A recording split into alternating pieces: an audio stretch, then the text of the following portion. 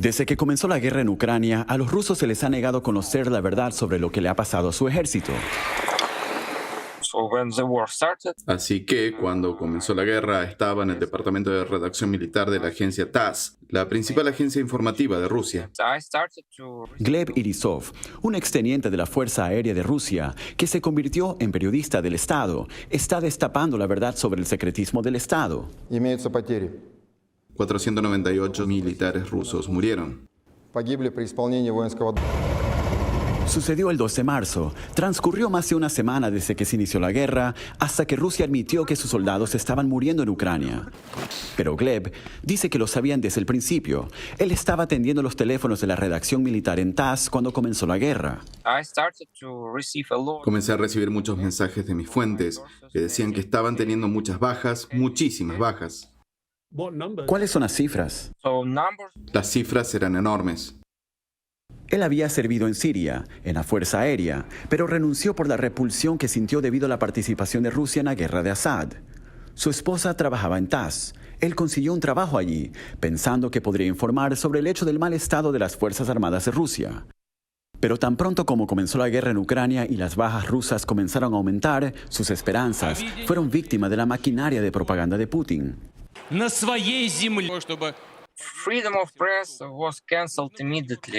La libertad de prensa fue anulada inmediatamente, el 24 de febrero. Instrucciones del Ministerio de Defensa, del FSB, de la oficina del presidente. Simplemente comenzaron a usar estas agencias como su propio mecanismo de propaganda.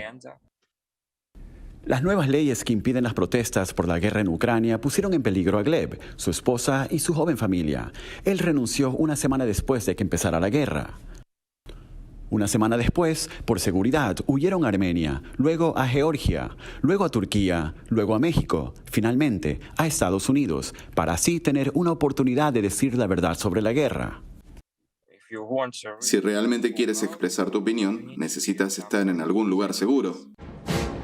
Su conocimiento e información son notables, una corrupción desenfrenada y un caudillismo de guerra.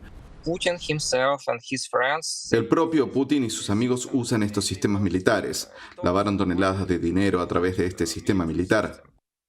El comentario de Gleb sobre el recién ascendido general de Putin, Sergei Surovkin, revela que la máquina de propaganda de la que él huyó sigue a toda marcha. El general Armagedón, como se conoce a Surovkin, es en realidad un peligro para su propio bando. Ha hecho que la vida de sus oficiales al mando allí sea absolutamente imposible. Gleb conoce a Surovkin, sirvió bajo su mando en Siria. Dice que el general firmó su renuncia. ¿Él va a cambiar la moral de las Fuerzas Armadas rusas? Creo firmemente que nada puede cambiar la moral de las fuerzas rusas, de ninguna manera. La maquinaria de propaganda de Putin puede estar funcionando, pero su ejército no. Gleb es testigo de ambas cosas y lo suficientemente valiente como para denunciarlas. Nick Robertson, CNN, Kiev, Ucrania. Esta semana Ucrania se ha enfrentado a un amplio ataque a la infraestructura crítica y sus fuentes de energía.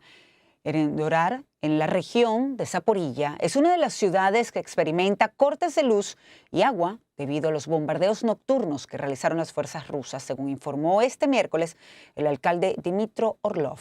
Detalló que los ataques comenzaron alrededor de la medianoche y no cesaron en la mañana. El blanco inicial, apuntó, fue primero una zona industrial y luego el propio centro de la ciudad. El funcionario dijo que hubo daños en una de las subestaciones, así como en el edificio de la Comisión Ejecutiva del Ayuntamiento, y que todavía no había información sobre posibles víctimas. En Ucrania se asegura que esta ley marcial demuestra el total fracaso de Rusia a la hora de intentar imponerse en territorios ucranianos ocupados sobre una población civil. De su parte, en Estados Unidos dicen que esto muestra una táctica desesperada de Vladimir Putin para intentar controlar la realidad en zonas que cada vez se le descontrolan más.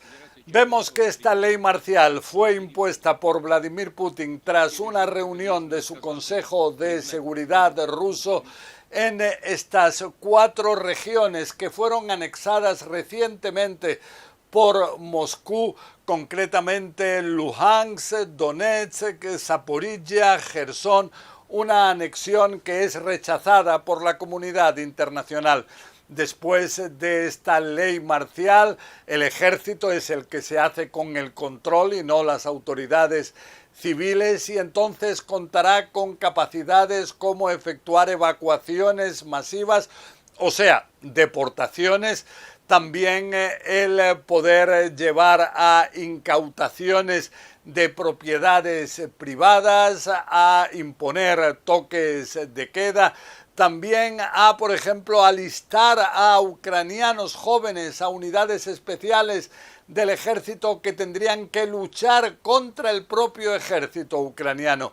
Vemos que esta realidad es especialmente acuciante ahora en la ciudad de Gerson, donde se ha llamado a la parte de la población que vive más cerca de las posiciones militares de Ucrania a abandonar esas zonas, a evacuarlas por temor a que pueda haber combates en esas áreas en los próximos días.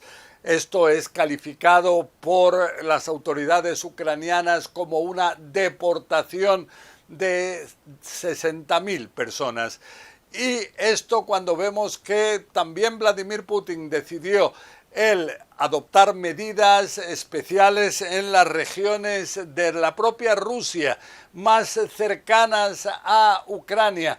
Ahí se limita la libertad de movimiento, se ponen controles militares. También Putin decidió imponer medidas especiales en otras partes del país, como por ejemplo en Moscú, donde, aunque no se dan detalles, se dice que se podrá reaccionar a lo que califican serían amenazas a la seguridad de Rusia. José Levi, CNN, Jerusalén.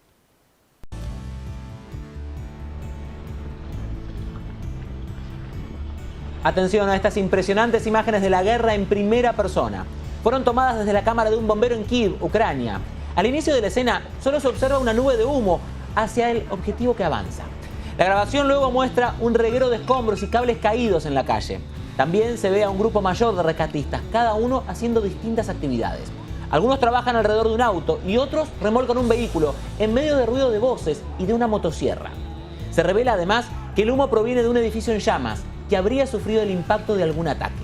Por alguna razón desconocida, un grupo de bomberos de pronto comienza a correr hacia la misma dirección.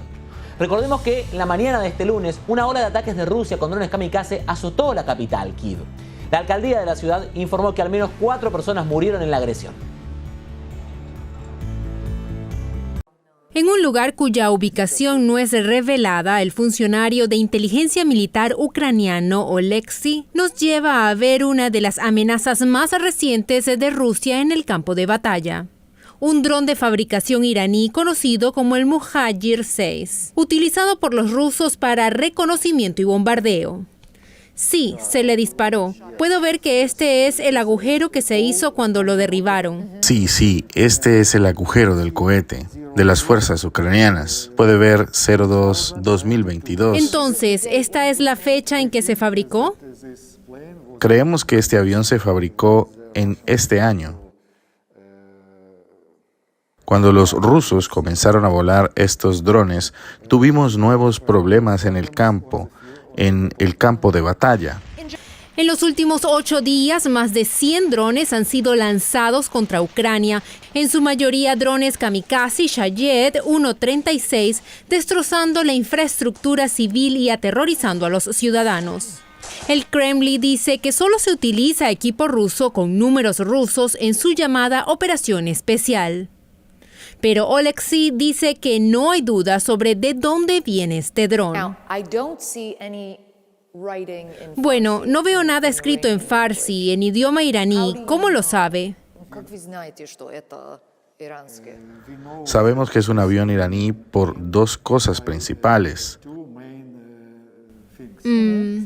La primera es que vimos las exhibiciones Sí. de los aviones en los otros países. Y hace algunos años, iraníes, sus compañías mostraron esto. Este modelo exacto. Este avión, y la segunda cosa por la que pensamos que este es un avión iraní, es que si tenemos uno, solo uno, con algo escrito a mano por ellos. ¿Puede mostrarme? Sí, venga. Así que eso es Farsi. Creo que sí. Sí. Tiene razón. Entonces, si entiendo, está diciendo que trataron de ocultar el hecho Por supuesto. de que esto fue hecho en Irán. Sí. Ucrania ha pedido más sanciones contra Irán por suministrar los drones, pero hasta ahora las sanciones han tenido poco efecto. Los componentes están disponibles comercialmente en varios países, desde baterías japonesas hasta un motor austriaco y procesadores estadounidenses. Este es el Mujahir 6.